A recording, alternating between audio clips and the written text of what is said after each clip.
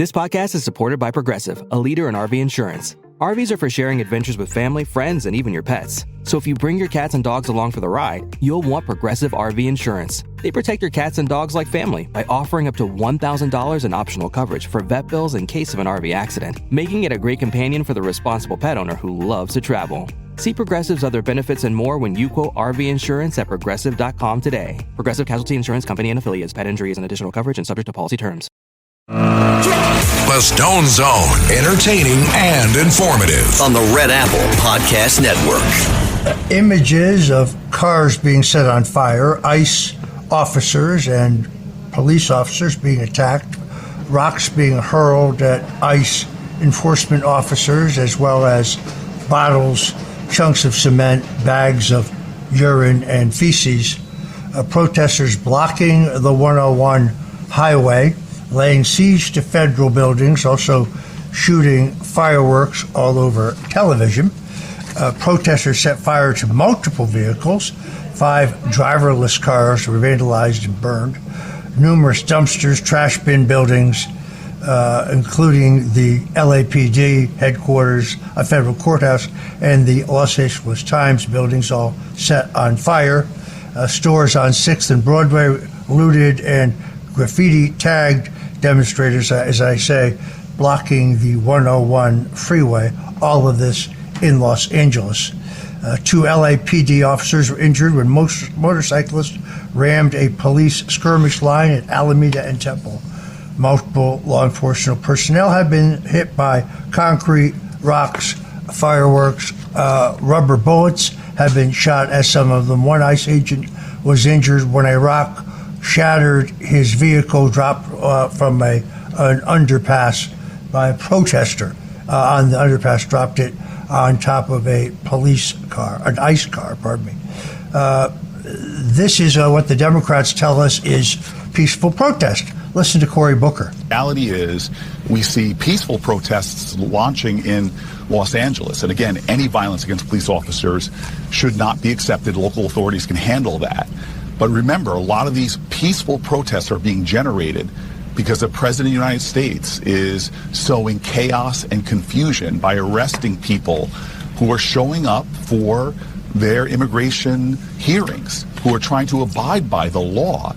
He's arresting them. And you see this in communities that are Republican, Trump supporters, being outraged that he's raiding kitchens and arresting people, high schools and arresting people who are not what he said he would do, which is focus law enforcement resources on violent criminals and people that are a danger to other Americans. I mean, this is someone who's out of touch with reality. The president has committed to deport illegals who are not only, in many cases, a danger to us because they're criminals, they're gangbangers, they're murderers, and even those who are not we're paying an enormous financial and social cost for.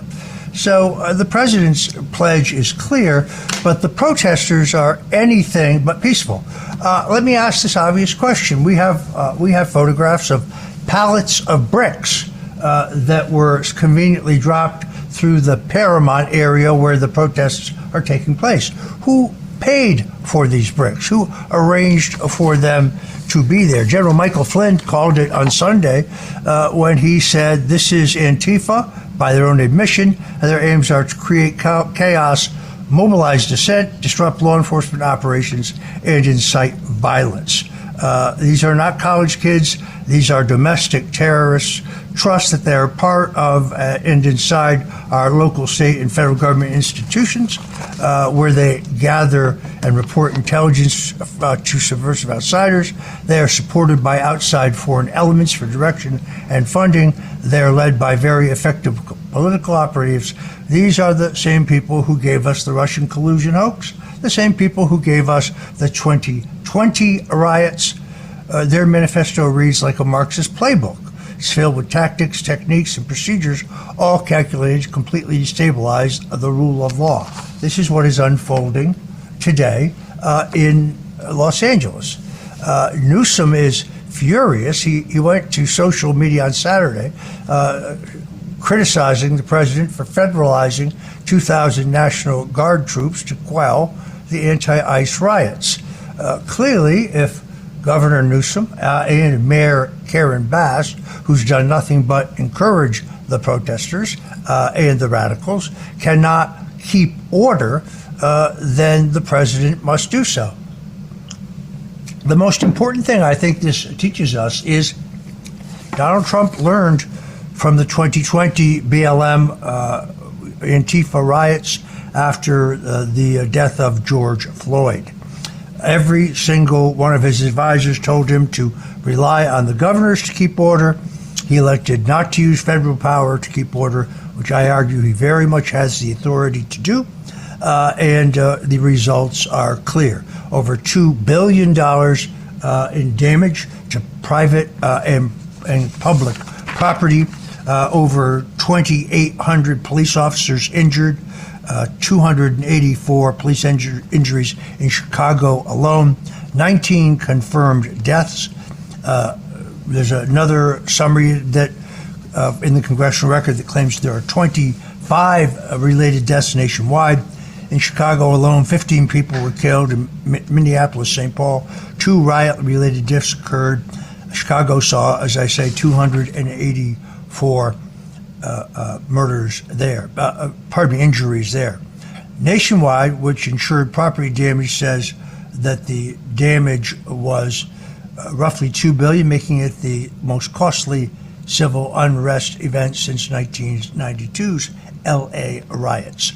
So President Trump decided to rely on Tim Walz in Minnesota, and Tim Walz didn't act, and therefore St. Paul, Minneapolis, St. Paul, saw the worst violence other than places like Chicago and L.A. Folks, this is planned, this is orchestrated. As I say, somebody paid for the bricks. Now, as far as the claims that this is a peaceful demonstration, and the fact that both Gavin Newsom and Mayor Karen Bass have denounced the president for mobilizing 2,000 National Guard troops, and Secretary of Defense Pete Hegseth says he has, so I believe now, as many as 6,000, I believe that's the right number, active duty Marines prepared to go to Los Angeles to restore order. Newsom, of course, is playing politics with this. This is actually his huge opportunity. He botched the California fires badly. He'd like to run for president, but let's face it, his state is a toilet. It is the golden age of California is over. Their cities are like tent cities, drug addiction, people shooting up everywhere. His cities, you see these crack zombies. Crime is rampant. They can't put out a fire in Los Angeles in one of the ritzier sections because they cut off the water because they didn't want to endanger some little fish that was, the environmentalists said, was rare. I kid you not. His economy is in the toilet. So it's hard to run for president if you have no record to run on, or if your record is actually negative. So Gavin Newsom now hopes that this will revive his prospects. He gets to be anti-Trump. One thing all Democrats agree on is they all hate Donald Trump. They don't just seem to understand that the American people love him, at least a majority of them. So Trump has very clearly learned his lesson from 2020, moved exceedingly aggressively to restore order. That is his first responsibility as governor. And then this is kind of amusing. Gavin Newsom actually dares Tom Homan to arrest him. Arresting Gavin Newsom would be a political bonanza of all time. He would become a martyr for the radical left and the Democrat Party. I don't think Tom Homan's going to take this debate, but I mean, you have Newsom saying, Tom, arrest me. Let's go. Let's just get it over with. Tough guy. This is when Newsom was responding to Homan's suggestion that he and L.A. Mayor Karen Bass could be arrested if they crossed the line by harboring and concealing illegal aliens or assaulting law enforcement. So in other words, as long as Gavin Newsom is simply running his mouth, he's well within his rights. If he physically acts to harbor or conceal an illegal or interfere in the election of the arrest of an illegal, or if he assaulted law enforcement, rather than just encourage all those things, which is what he and Mayor Bass are doing today, then and only then do I think he would be subject to arrest. It's kind of like throw me in the briar patch. Gavin Newsom should be so lucky. But it is here is a development, however, in which Los Angeles Police Chief Jim McDowell, now it should be very clear, he works for Karen Bass. He works for L.A. Mayor Karen Bass, and at the pleasure of Governor Newsom. He called the wave of anti-ICE riots sweeping across the city disgusting and warned that the violence is swiftly escalating. Law enforcement has struggled, as I say, to contain the growing violence that began last Friday, picked up steam over the weekend. This comes as Immigrations and Customs Enforcement was serving a series of criminal warrants at businesses under investigation for money laundering, fraud, and other additional violations.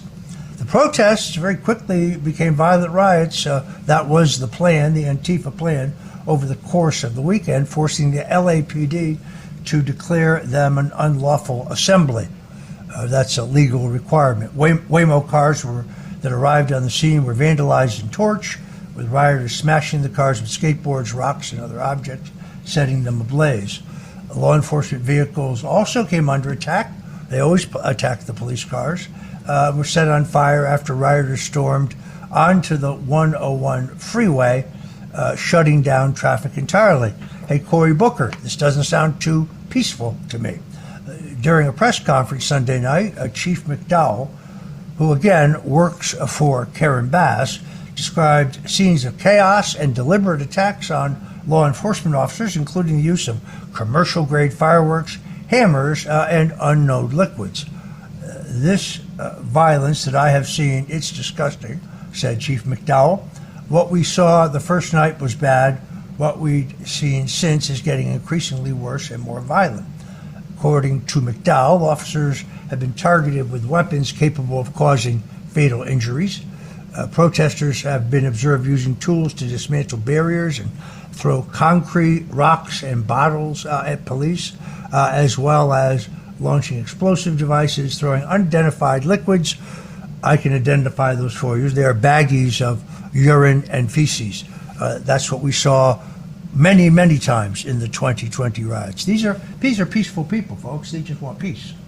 It is amazing now that video circulated last Sunday showing a police officer seeking refuge under a freeway overpass as rioters pelted them and their vehicles from above with concrete. One officer was hit in the head by a cement block, according to a story I just read. They were also dropping incendiary devices. These are the protests that Cory Booker says are peaceful. We're overwhelmed, not just by the number involved, by the level of violence we're seeing.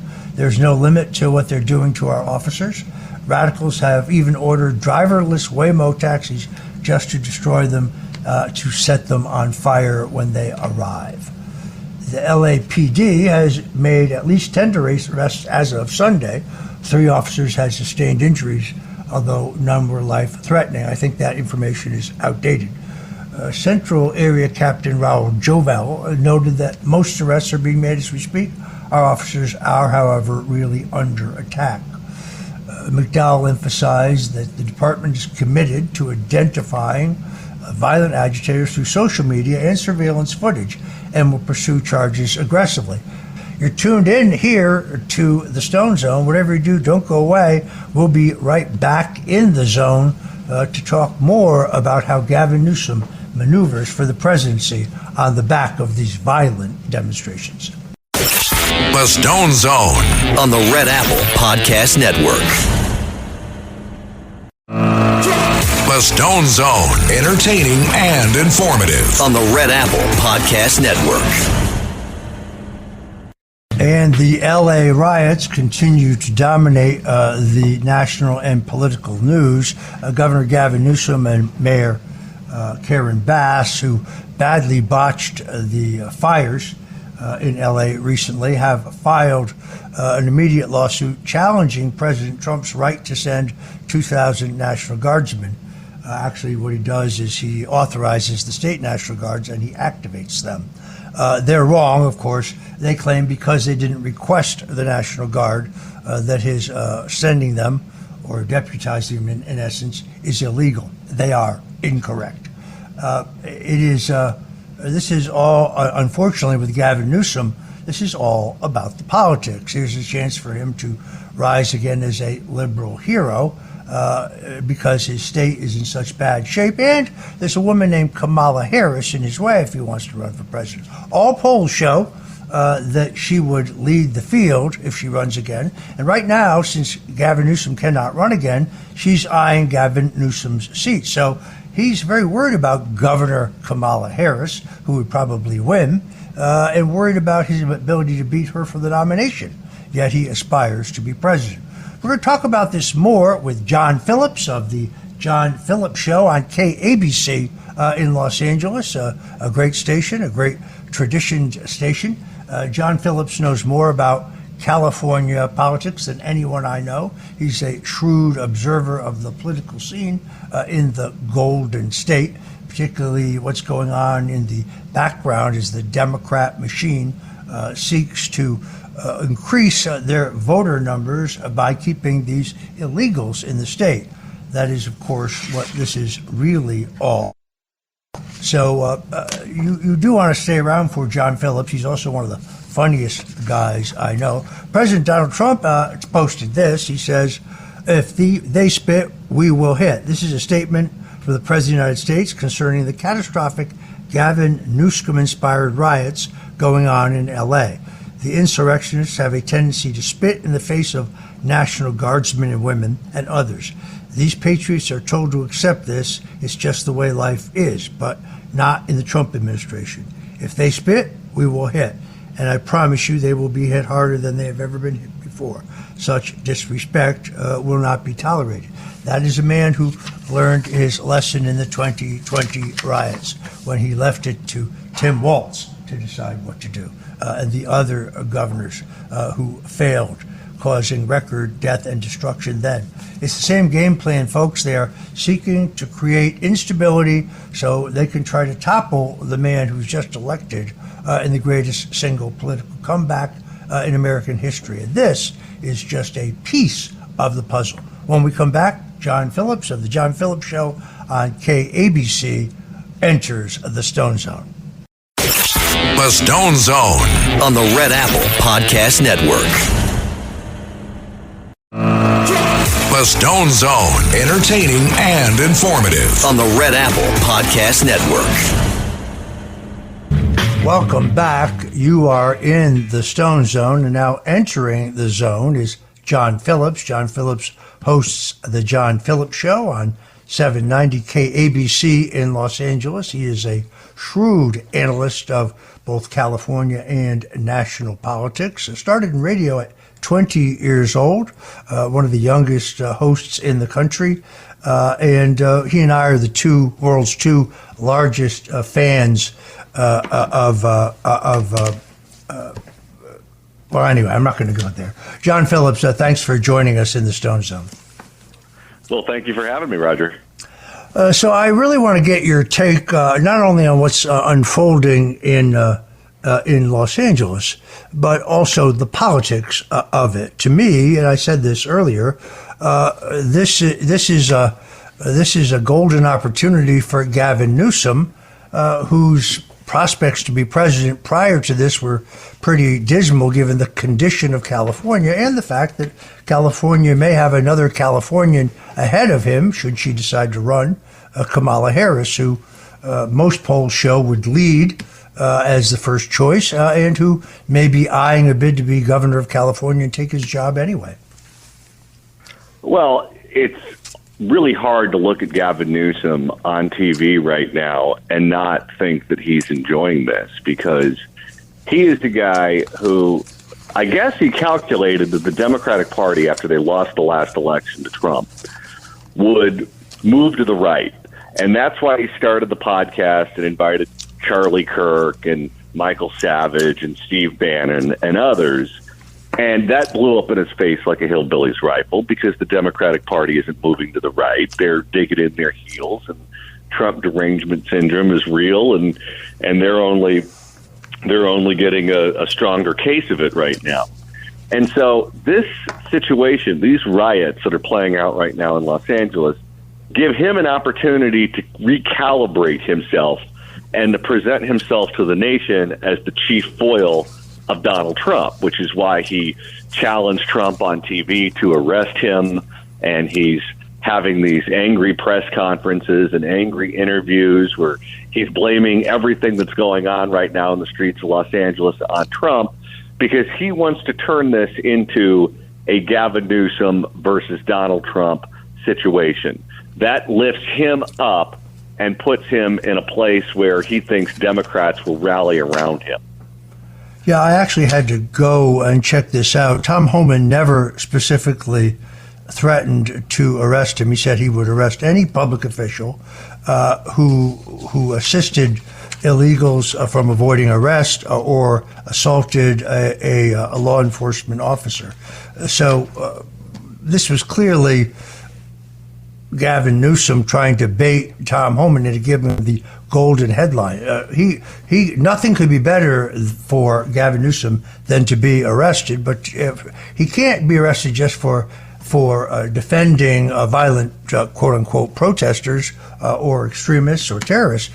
He could only be arrested if he acted in some way to impede an arrest or assault an officer and so on. So he's posturing. It's drama, a drama that I think Tom Homan is not going to take him up on. Yeah, it's definitely posturing. And what's funny is Gavin Newsom is such a sociopath that getting as much publicity as possible and furthering his political career and keeping his political career alive is really the goal. And he's willing to put people's safety at risk by doing that, because the position that Gavin Newsom has been taking is there's nothing wrong here. There's nothing going on that's unsafe. We have this under control. We don't need any help from the feds. The LAPD has all of this taken care of, and Donald Trump is just trying to stir the pot. And that same claim has been repeated by not just him, but other members of the political establishment, Democratic political establishment here in California, over and over and over again. But then last night, the Police Chief McDonnell, went on TV of the LAPD and said that none of that was true, that it was violent, it's getting more violent, the police are outnumbered, they're overwhelmed, they're being shot at with fireworks, they're having bricks thrown at them, they're having cinder blocks thrown at them, and they need help. And right now, because the police chief destroyed Gavin Newsom's narrative, there's trouble in paradise. And the last time that this happened, it was right after the LA fires, when the fire chief came out and said that the budget cuts that the city imposed on the fire department prevented them from being able to fully respond to the fires. The moment she said that, she was a dead man walking, because she destroyed the narrative that the mayor was putting out, and then the mayor's poll numbers started to crater. The fact that the police chief went out there last night and destroyed Gavin Newsom's narrative, I think makes that man a dead man walking. I think Newsom is going to target him. I think the mayor is going to target him, because that man has turned their framing upside down. Well, of course, they continue to insist these are peaceful demonstrations, but the actual numbers that we see coming back, protesters hurling rocks, bottles, Molotov-style cocktails, fireworks, bags of urine and feces, chunks of concrete, rocks at law enforcement and ICE officers. We're not imagining it. We're seeing this before our very eyes. Cars set on fire, both police cars and these driverless cars. I mean, it is to say that there's no violence here. Don't believe what you're seeing on video. Believe what Cory Booker and Gavin Newsom tell you. In the wake of the fires and the horrific mishandling of the fires by Gavin Newsom and Mayor Karen Bass, have to believe that their standing in California is weakened. I think here, by going to the most radical left position, perhaps they feel they can rebuild their political strength on the left within the state. Yeah, don't forget, when Gavin Newsom was being recalled and the focus was on his performance as governor, there were a series of polls that showed him losing the recall and that Larry Elder would be elected governor of California. It wasn't until he recalibrated then and nationalized that election where he was able to win, because California is a deep blue state. If you get the Democrats to vote for the Democratic candidate, that's all she wrote. The election's over. And by federalizing the recall election and making it all about Donald Trump and making it about abortion and other federal subjects that really have nothing to do with the state of California, he was able to divert attention away from his failures, whether it's with the homeless, the crime, the budget, the bullet train, the insurance crisis, you name it. President Trump called the rioters paid insurrectionists. I just saw that Congresswoman Anna Paulina Luna got very specific in identifying those funding the riots. I mean, John, these pallets of bricks, these pallets of cement blocks, these flatbed trucks who are delivering them, they didn't just come from nowhere. This is not an indigenous uprising. Who do you think is funding this insurrection? Well, I think it's probably the usual suspects. If I had to bet money on it, I would say that you're going to find some Soros money somewhere in there, although that's just my opinion. But I spoke with someone at the FBI today who said that it's a different ballgame now, because when you had George Gascon as the district attorney, who essentially was pro-criminal and was a Soros DA, he didn't have any interest in ever prosecuting anyone for assaulting a police officer, destroying police property, all the things that you saw happen on television. But there's a new U.S. attorney that President Trump just appointed for the Central District of California, Bill Asaley, who came from the California State Legislature and is really a shining star in the Trump administration as U.S. attorney. And he has been very aggressive at saying that he is going to go after these people, these looters, these people who've been attacking federal police officers at federal property, and he's going to hit them with everything he can. And when you start leaning on these people in a federal sort of way, you can find out just exactly who was supporting them, who was putting them up to it, and figure out who are the important players in the social network. And the fact that arrests have been made and prosecutions will commence, and a U.S. attorney is very interested in getting to the bottom of it, leads you to believe that they'll figure this out, and we'll know exactly who was funding what you saw play out over the weekend. It seems to me the other real question is to see whether these outbreaks of violence begin to spread. Remember, in the beginning, it was Minneapolis, St. Paul. Before long, Chicago was burning, and other cities. General Flynn has outlined that he thinks this is a much broader strategy to destabilize the Trump administration and the country. I will be very interested to see whether there is a further effort to create chaos, to mobilize the dissenters, disrupt law enforcement operations, and incite even more violence. One thing is clear, and that is President Trump's very quick move to send 2,000 National Guardsmen and the statement by the Secretary of Defense that he's prepared to send in the Marines if necessary shows the president will not repeat the mistakes of 2020 when his advisors urged him to let the governors handle it. And governors like Tim Walz, well, they couldn't handle it. The governor of Illinois could not handle it. There was $2 billion worth of public and private property destroyed, 54 people murdered, thousands of people injured. He's not going to make that mistake again. Yeah, I think that's right. You're seeing that not only, as you mentioned, with the National Guard, but with the Marines as well. He wants to make an example out of Los Angeles, where civil unrest, rioting, looting won't be tolerated. That Grampy Joe is no longer in the White House, where he's not aware of what's going on in the world around him. Donald Trump is keeping a very close eye on what's going on here, and he's not going to let it get out of hand. And the other thing that's different this time than in civil unrest or riots in the past is that Elon owns Twitter. So you can see what's going on in Los Angeles on Twitter or X whenever you want. And it's not going to be censored, and it's not going to be shadow banned, and it's not going to be pulled down. You're going to see what's happening with your own two eyes. And before, when the other side controlled X, they were able to censor all of that content.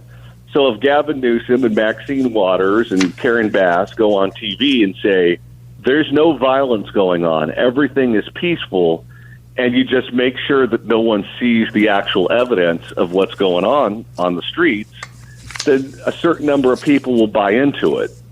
But when you can see what's going on in real time at all points, everywhere, you know that what they're saying is not true, and they look like buffoons going out and making the claim that everything is peaceful and anyone who says otherwise is a liar. No one believes them.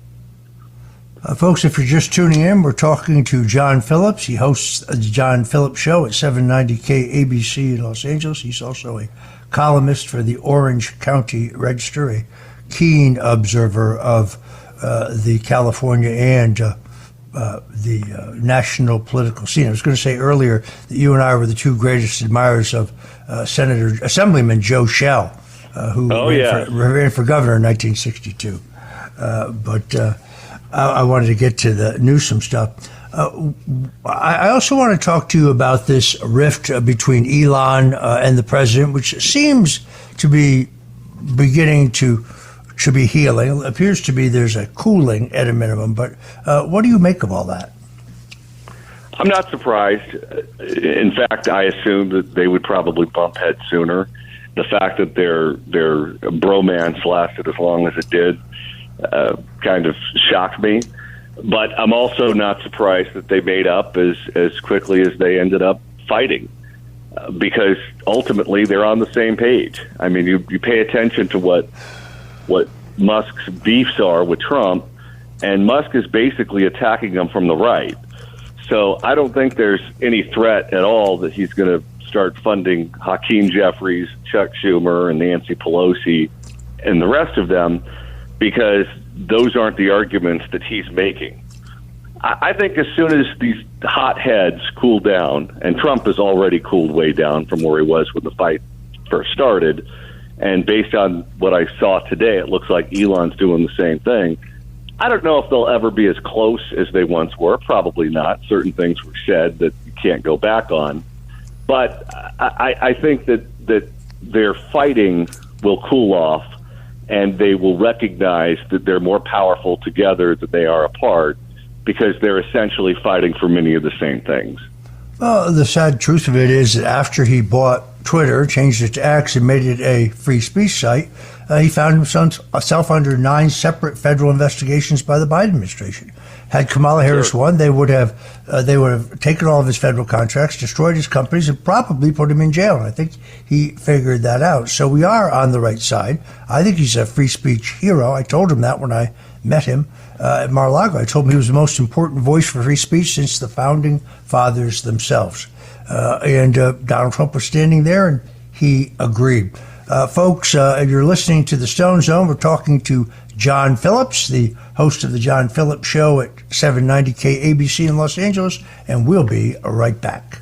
The Stone Zone on the Red Apple Podcast Network. The Stone Zone, entertaining and informative On the Red Apple Podcast Network. And we're back in the Zoom zone. We're talking to John Phillips of 790 KABC in Los Angeles. John, I noticed that former Vice President Kamala Harris put out a statement attacking Donald Trump, essentially backing the left progressive line. You had a great column recently on her future, which I think has a lot to do with the country's political future choices. In the little time we have left, tell us about that. Yeah, well, I read the book Fight about the 2024 presidential election, and the authors of the book essentially concluded that the main reason that she lost was she never really had a reason for running. She was just the candidate because Biden had to drop out and she was the vice president. But outside of that, she didn't really have a reason. And based on everything I've seen and heard out of Kamala Harris, if she runs for governor of California, she's prepared to make all of those same mistakes a second time. California has 1,000,001 problems. And when you read the articles about her as a potential candidate, it talks about what it will do for her resume. It talks about what it'll do for her legacy. It talks about how it would make her the chief foil to Donald Trump, how it could position her to run for president again. It's all about her. It doesn't have much to do with what she would do for the state of California. And if you're going to be a strong candidate for governor in California, you probably should have thought through some of our problems and have solutions to offer. And she doesn't have any of that. So in a weird sort of way, even though they just spent over $1 billion promoting her nationally and her name ID is higher than all the other candidates, if there's a strong Republican candidate in that race, she might actually be the most beatable. Wow, that's extraordinary. I just operate on the assumption because between the voter fraud and the demographic changes that California cannot go red. Am I wrong? Well, what you just described is all true, and any Democrat would be an overwhelming favorite against any Republican. But you can't push people too far. I mean, look at the insurance crisis in California right now. That race for insurance commissioner last time around was closer than any of the other statewide constitutional offices. And with a strong candidate this next time around, who knows? Maybe that's doable. The last time a Republican won a statewide race in California was Arnold Schwarzenegger in 2010 for governor and Steve Poizner in 2010 for insurance commissioner. So it is possible for California to elect a Republican. It's unlikely, but with the way that the Democrats are running the state, treating the state like it's a spring break rental car, if there's any time that they could lose, it's now. Afraid we have to wrap it there. I want to thank my guest, John Phillips, who is the host of the John Phillips Show at 790 KABC in Los Angeles. Also, check out his columns at the Orange County Register. John, thank you for joining us today in the Stone Zone. Thanks for having me. And for our Stone Zone regulars out there, thanks for tuning in. Until tomorrow, God bless you and Godspeed.